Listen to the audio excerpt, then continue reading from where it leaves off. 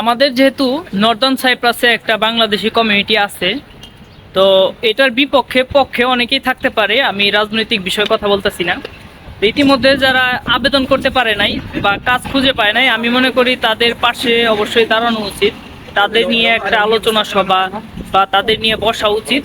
তাদের নিয়ে বসলে যে সমস্যায় তারা আছে, অবশ্যই আপনারা সিনিয়র যারা আছেন, সিনিয়র বড় ভাইরা দায়িত্বরত, তারা চাইলে অবশ্যই অনেকের সাহায্য করতে পারবে। অবশ্যই যেহেতু একটা কমিউনিটি আছে, তা আমাদের একটু বাংলাদেশি ভাই যারা এখন পর্যন্ত আবেদন করতে পারে নাই বা যারা কাজ পায় নাই, তাদের পাশে অবশ্যই দাঁড়ানো উচিত। 14 থেকে 15 দিন সময় আছে, এর মধ্যে কিন্তু আবেদন করতে হবে। তো ইতিমধ্যে কিন্তু আমরা কম্পিউটার দোকানের সামনে বসার পর দেখতে পারলাম অনেকের ইকামাত বেলেদে পেপারটা নাই, বা আমাদের অনেকে কমেন্ট করে জানতে চেতেছেন অনেকে ইনবক্সে যে আমরা এই পেপারটা কিভাবে উঠাবো বা আমরা কিভাবে আবেদন করব। এটা নিয়ে আজকে আমরা এই আলোচনা করব। পুরো ভিডিওটা দেখেন, তাহলে অবশ্যই আপনি বুঝতে পারবেন।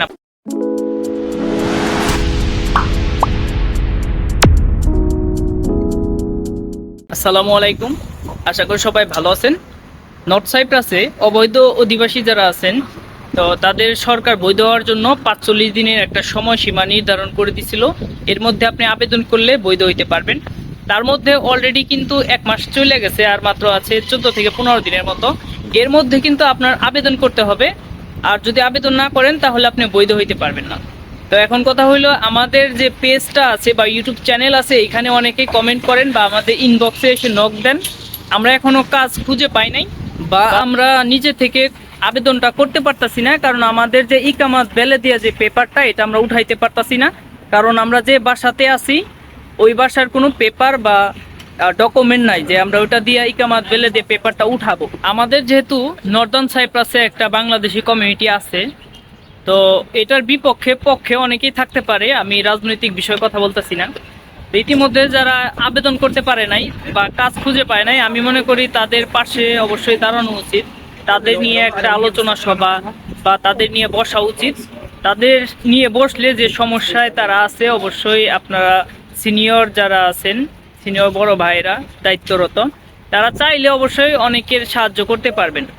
তো তাদের সাথে তাদের পরিবারও কিন্তু বিপদগ্রস্ত। আমরা কিন্তু এখানে কম্পিউটার দোকানের সামনে আসছি। তো এই ভাইয়ের সাথে দেখা, উনি এখানে আবেদন করতে আসছে। আবেদন করার জন্য আসার পরে জানতে পারে যে মুক্তারের পেপার প্রয়োজন। তো ভাইয়ের সাথে কিছুক্ষণ কথা বললাম। ভাই বলতেছে গতবারে এক দালালে তার থেকে মানে টাকা পয়সা নিচ্ছে, ভুয়া মেডিকেল করাইছে, আবেদনে নাকি করায় নাই। তো এইবারও নাকি তার কাছ থেকে 2 লক্ষ লিরা চাইতেছে, কাজে লাগাই দিবে, তারপরে এই ভিসা লাগাই দিবে। 2 লক্ষ লিরা বাংলাদেশি টাকায় অনেক টাকা। প্রায় এই দেশে আপনার যদি ইউরোতে হিসাব করি, প্রায় 3,800 থেকে 4,000 ইউরো। মানে এই লোক যদি 4,000 ইউরো দিতে হয়, তাহলে মানে বলার মতো কিছু নাই। 4,000 ইউরো দিব, এটা তো সমস্যা নাই। একটা ভিসার জন্য হয়তো বা টাকা খরচ করলে পরবর্তীতে ভালো একটা কাজ পাইলে সমস্যা নাই। তবে গতবারের মতো যে তার সাথে এইরকম এবারও হবে না, তার গ্যারান্টি। তো আর বলতেছে যে তুমি নিজে নিজে আবেদন করিও না, আমি আবেদন করে দেব। চিন্তা করেন কোন পর্যায়ে আছে। আর আছে মাত্র 14 থেকে 15 দিনের মতো সময় আছে। এই ভাই আসছে আপনার আবেদন করতে, বাসবুড়োর জন্য আপনার কথা বলছে। বলার পরে দেখতেছে তার ইকামাত বেলেদে পেপারটা লাগবে। কথা হইলো, এই ভাইটা এখন যে বাসাটাতে আছে ওই বাসার কোনো পেপার টেপার নাই। আপনার লেপুসা, গিনাতে, মাগুসা, এরকম অসংখ্য বাসা আছে যেগুলার পেপার নাই। ওগুলা ভাড়াটারা থাকে অনেক বাংলাদেশি ভাই, তারা কিন্তু এখন পর্যন্ত আবেদন করতে পারে নাই। তো এটা নিয়ে বড় ভাইরা যারা আছে, সিনিয়র বড় ভাইরা দায়িত্বরত, তারা এটা নিয়ে কি ভাবতেছে, কি চিন্তা ভাবনা করতেছে। অবশ্যই যেহেতু একটা কমিউনিটি আছে, তা আমাদের একটু বাংলাদেশি ভাই যারা এখন পর্যন্ত আবেদন করতে পারে নাই বা যারা কাজ পায় নাই, তাদের পাশে অবশ্যই দাঁড়ানো উচিত। তো আপনি কি বলেন? না, এটা তো অবশ্যই। যদি এই আপে একজন একজনের পাশে না দাঁড়ায়, তাহলে যারা কর্মহীন মানুষ, তারা তো দেখা গেছে যে আবেদন করলো, জরিমানা দিল, 2 মাস পরে আবার অবৈধ হয়ে যাবে। এটা বিশাল আর্থিকভাবে একটা ক্ষতিগ্রস্ত হইলো। তো আমি মনে করি যে সিনিয়র যত ভাইরা আছে, বড় ভাইরা, তারা চাইলে কিন্তু এইসব মানুষের পাশে দাঁড়াইতে পারে। ইকামাত বেলেতে পেপারটা হয়তো বা ব্যবস্থা করে না দিলেও কিছু চাইলে কিন্তু অনেক মানুষের তারা কাজ দিতে পারে। সবাই তো আর ফেমাস না। আমি যদি তুলকের কথা বলি, তুলক ভাও অনেকেই চেনেন। সে একটা পোস্ট করার কিছুদিন পরে মোটামুটি আল্লাহর রহমতে একটা কাজ পায়। তো সবাই তো আসলে তার মতো ফেমাস না। মানুষের ধরেন আমি বেকার, আমার কেউ চিনে না, আমি কার কাছে যাই বলবো? আর ধরেন আমি বলছি, ঠিক আছে, বলার পরে কি টাকা চায় 1000 ইউরো, 1200, 1500 ইউরো। তো সবার কাছে তো আর ওই রকম সমর্থ নাই। ধরেন ভিসা জরিমানা সহ সবকিছু মিলাই মোটামুটি 1 লক্ষ লিরার কাছাকাছি। একজন মানুষ যদি আবার 1 লক্ষ লিরা দিয়ে কাজ করতে হয়, কাজ নিতে হয়, তাহলে তার অস্তিত্ব থাকে? তো যারা এই টাকা নিয়ে কাজ দেয়, টাকার বিনিময়ে, ওই কাজের কোনো অনেক সময় দেখা যায় গ্যারান্টি নাই। ওইখানে যে মানে নির্দিষ্টভাবে 2 মাস, 6 মাস, 1 বছর কাজটা করবে, এটার কোনো গ্যারান্টি নাই। তো তাদের আসলে বিরুদ্ধে যারা এই দেশে দায়িত্বশীল আছেন, সিনিয়র ভাইরা আছেন, তারা কি পদক্ষেপ নিচ্ছেন?